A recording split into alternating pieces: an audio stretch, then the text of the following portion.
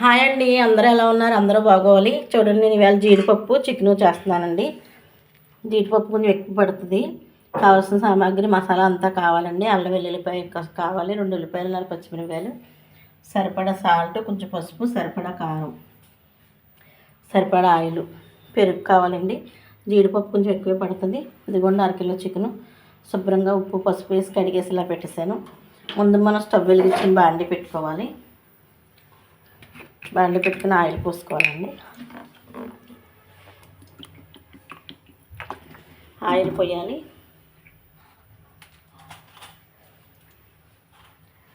నాలుగు మిరియాలు, 2 ఇలాచి వేయాలి. ఇదిగోండి జీడిపప్పుతో చికెను. జీడిపప్పు వేయాలండి. 1 కిలో జీడిపప్పు, 1 కిలో చికెను, 100 గ్రాముల జీడిపప్పు అండి. దీన్ని శుభ్రంగా వేగనివ్వాలి.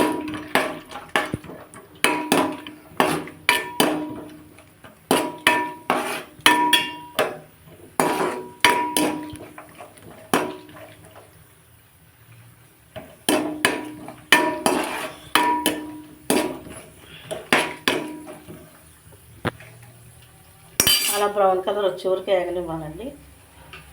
ఇప్పుడు కోసి పెట్టుకుని ఉల్లిపాయ ముక్కలు వేసుకోవాలి.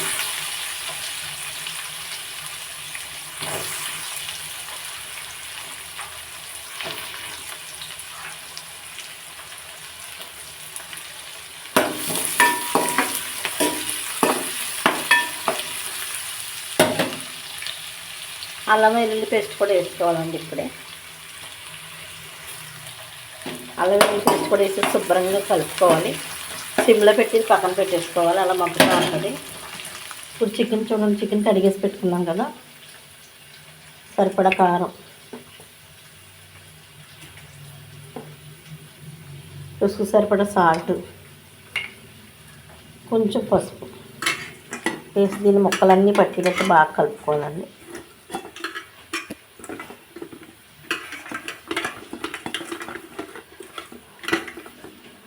అలా కలిపేసి పెట్టుకోవాలి చికెను. చూడండి, అల్లం వెల్లుల్లి పేస్ట్ ఇవన్నీ దోరగా వేగిపోవాలి.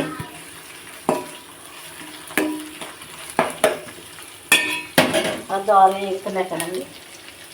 ఇప్పుడు మనం కలిపి పెట్టుకున్న చికెన్ వేసేసుకోవాలి.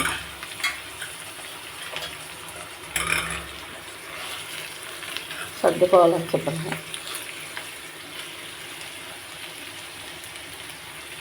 పచ్చిమిరపకాయ ముక్కలు వేయాలండి.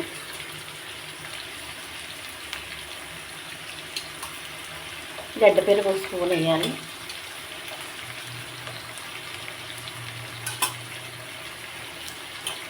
దీన్ని ఒక 10 నిమిషాలు మూత పెట్టి వదిలేయాలండి. జీడిపప్పు చికెన్ అయితే తయారైపోద్ది. చూడండి, చక్కగా అయితే మగ్గిపోయింది.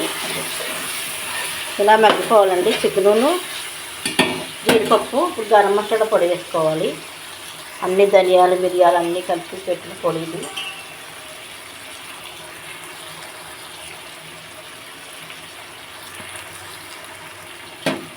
గరం మసాలా పొడి వేసేసిన తర్వాత కొంచెం వాటర్ పోసుకోవాలండి.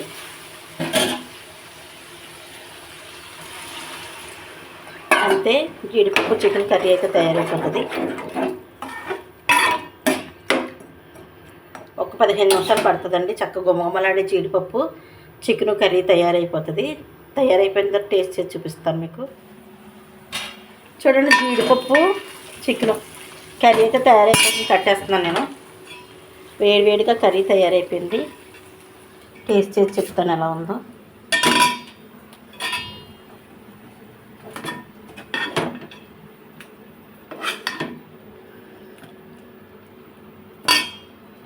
వేడివేడి కర్రీ, వేడివేడి రైస్.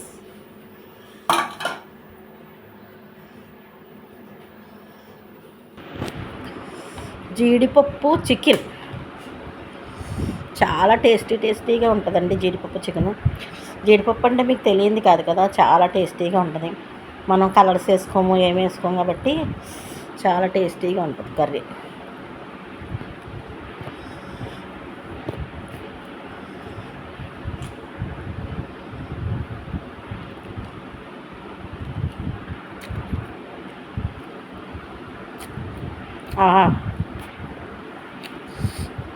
నిజం చెప్తున్నానండి, చాలా చాలా అంటే చాలా బాగుంది.